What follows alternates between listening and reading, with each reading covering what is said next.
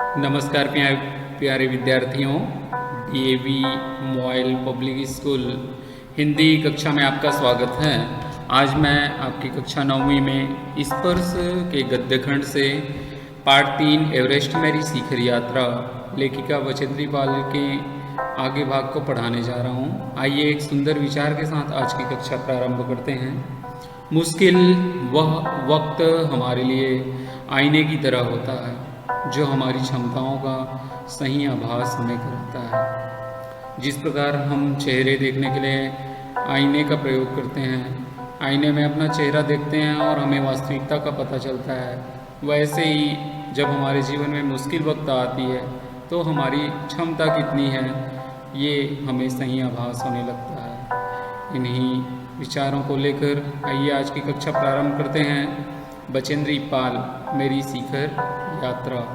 इसके पूर्व वीडियो में मैंने आपको बताया था कि रात को बचेंद्री पाल के ऊपर एक बर्फ का जो बड़ा हिस्सा है वह गिरने लगता है। फिर वह कहती है कि यह क्या हो गया। एक लंबा बर्फ का पिंड हमारे कैंप के ठीक ऊपर लाहौस से ग्लेशियर से टूटकर नीचे आ गिरा था और उसका विशाल हिमपुंज बन गया था। हिम के जो टुकड़े थे वह हिमपुंज है।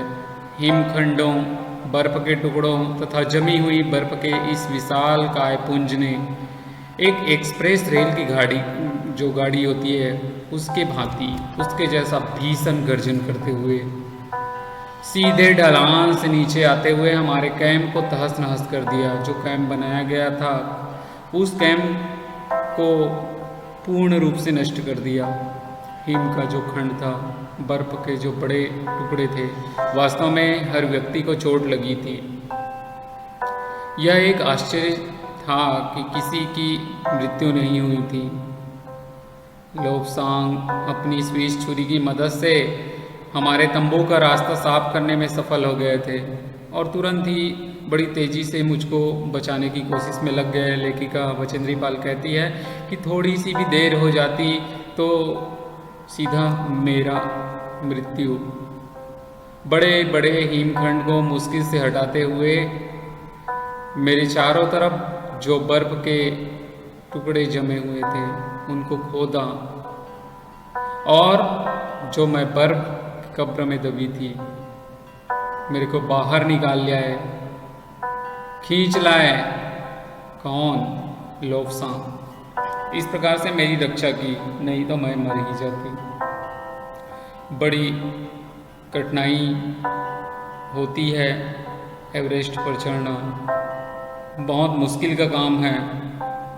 हम आप लोगों के लिए तो एक खतरनाक काम जैसा ही है, मगर हिम्मत करके एक लड़की बचेंद्री पाल एवरेस्ट की फतह करने चली। लेखिका आगे कहती है, सुबह तक सारे सुरक्षा दल आ गए थे और 16 मई को प्रातः 8 बजे हम सभी कैंप 2 पर पहुंच गए, जिस पर एक शेरपा था। उनके टांग की हड्डी भी टूट गई थी। उसे एक खुद के बनाए स्ट्रेचर पर लिटा कर रखा गया। हमारे नेता कन्नर खुल्लर कहते हैं कि यह इतनी ऊंचाई पर सुरक्षा का कार्य एक जबरदस्त साहसिक कार्य था कि इतने ऊंचे पहाड़ पर चढ़ना और बर्फ के पहाड़ पर ठंडी को झेलते हुए उस पर जीना, उन पर बचना और आगे चढ़ने की हिम्मत होना एक साहसिक काम ही तो था। सभी 9 पुरुष सदस्यों को चोटें आईं, हड्डियां टूट गई। इस कारण से उन सबको हमने बेस कैंप में भेज दिया। तभी कन्नर खुल्लर मेरी तरफ देखते हैं और मुड़ के कहते हैं, क्या तुम भयभीत हो? क्या तुम डर गई थी? जी हाँ। क्या तुम वापिस जाना चाहोगी? लेखिका कहती नहीं, बिना हिचकिचाहट के साथ बोलती है, मैं नहीं जाऊंगी।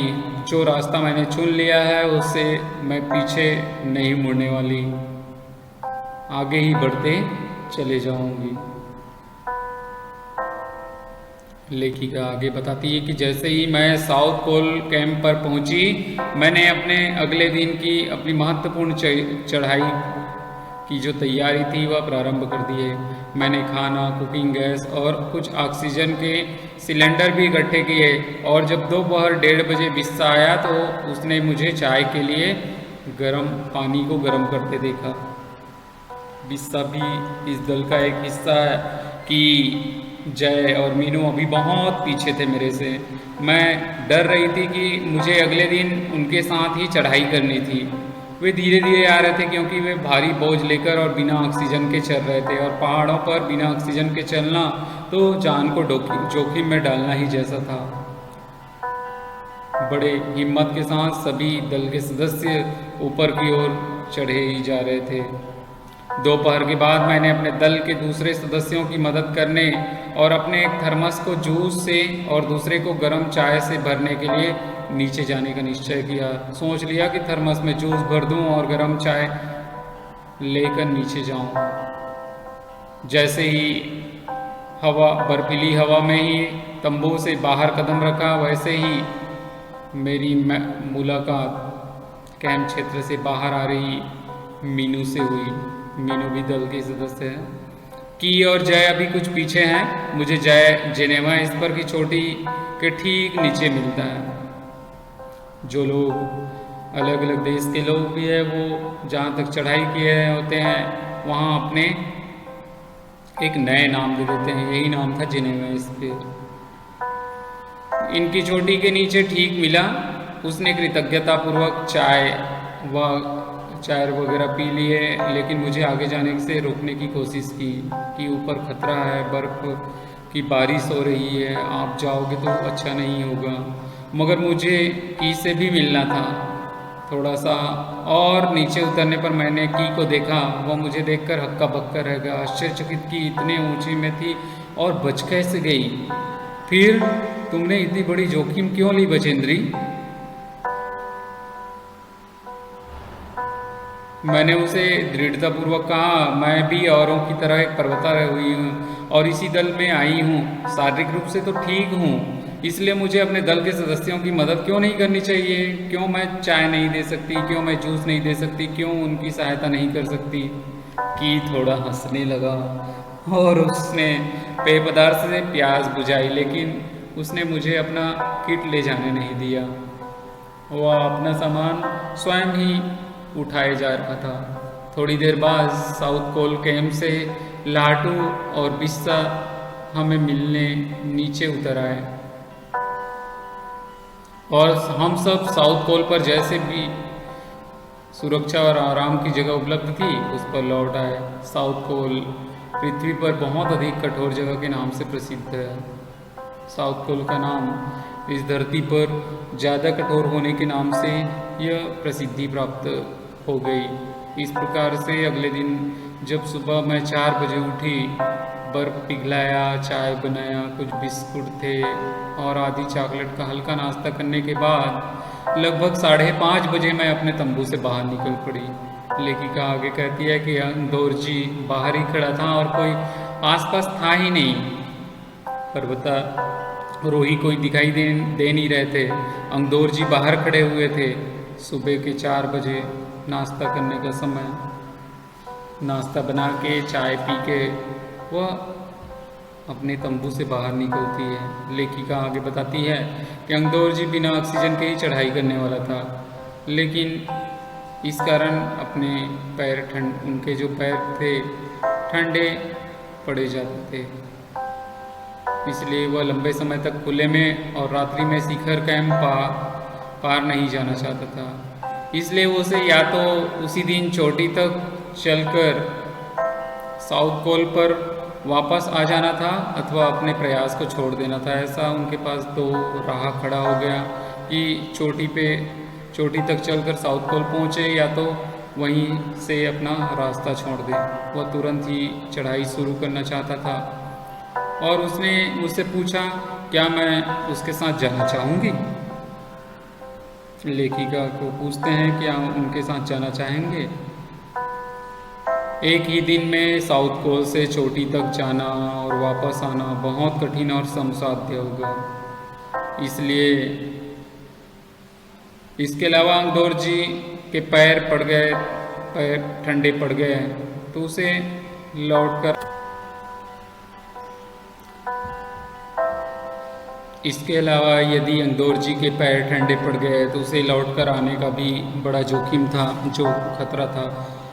मुझे फिर भी अंगदौर जी पर विश्वास था और साथ साथ में आरोहण की जो क्षमता थी, उनकी कर्मठता थी, उनसे मैं जान गई थी कि ये चल लेगा।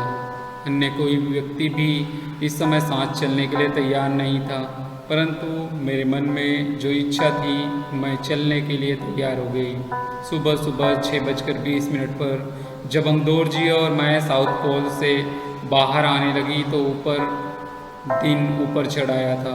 हल्की हल्की ठंडी हवा चल रही थी, लेकिन ठंड भी अभी बहुत ज़्यादा थी। अपने आगे की ही उपस्कर में काफ़ी सुरक्षित और गर्म थी। हमने बतौर रस्सी के चढ़ाई प्रारंभ की। अंगदौर जी एक निश्चित गति से ऊपर चढ़ते हुए और मुझे भी उनके साथ चलने में कोई कठिनाई नहीं हुई। भले वो थक गया था, मगर मैं भी चढ़े जा रही थी, चलती ही जा रही थी। जमे हुए बर्फ की सीधी और ढलान महान इतनी सख्त और भुरभुरी थी, मानो शीशे की चादर बिछी हुई थी। ऐसा लग रहा था कि शीशे की चादर बिछी हुई हो। बर्फ के जो फैलाव है वह दिख रहे थे। हमें यह बर्फ काटने के लिए फावड़े का इस्तेमाल करना पड़ा और मुझे इतनी सख्ती से फावड़ा चलाना पड़ा जिससे कि जमे हुए बर्फ जो थे उनसे फावड़े के जो दांत थे उनसे कट सके। मैंने उन खतरनाक स्थलों पर हर कदम अच्छी तरह सोच समझकर अपना कदम उठाया ताकि कोई घटना ना हो। बर्फ पूरे जमे हुए थे, मैं चलने के लिए तैयार। अंगदौर जी भी आगे आगे चले जा रहे थे। 2 घंटे से कम समय में ही हम शिखर कैंप पर पहुंच गए। अंगदौर जी ने पीछे मुड़कर देखा और मुझसे कहा कि क्या मैं थक गई हूँ। लेखिका जवाब देती नहीं नहीं, जिसे सुनकर ये बहुत अधिक आश्चर्य और आनंदित हो उठे अंगदौर जी और कहने लगे, एक लड़की होकर भी बड़ी हिम्मती है और एवरेस्ट की फतह करने के लिए चली। वह खुश होने लगे ऐसी बातें सुनकर। कहा भी गया है, थक हार के न बैठ ऐ मंजिल के मुसाफिर, थक हार के न बैठ ऐ मंजिल के मुसाफिर। थकना नहीं है, रुकना नहीं है। उन्होंने कहा कि पहले वाले दल ने शिखर कैंप पर पहुंचने में 4 घंटे लगाए थे और यदि हम इसी गति से चलते रहे तो हम शिखर पर दोपहर 1 बजे तक पहुंच जाएंगे। 1 बजे तक पहुंच जाएंगे, ऐसा अंगदौर जी कहने लगते हैं। अब ये तो चलने के लिए, शिखर कैंप तक पहुंचने के लिए प्रयास ही कर रहे हैं। आगे क्या होगा बच्चों, इसको मैं अगले वीडियो में प्रस्तुत करूंगा। अब आप अपनी अभ्यास पुस्तिका निकालकर दिए गए प्रश्न के उत्तर लिखेंगे। अनुच्छेद लिखना है आपको 80 से 100 शब्द में। मन के हारे हार है, मन के जीते जीत। इस विषय पर लगभग 80 से 100 शब्द में आप अनुच्छेद लिखेंगे। आज के लिए बस इतना ही। बहुत बहुत धन्यवाद। अगले वीडियो में अगले भाग के साथ पुनः मिलते हैं। तब तक आप घर में रहिए, सुरक्षित रहिए और अपने अध्ययन कार्य को पूर्ण करते रहिए। धन्यवाद।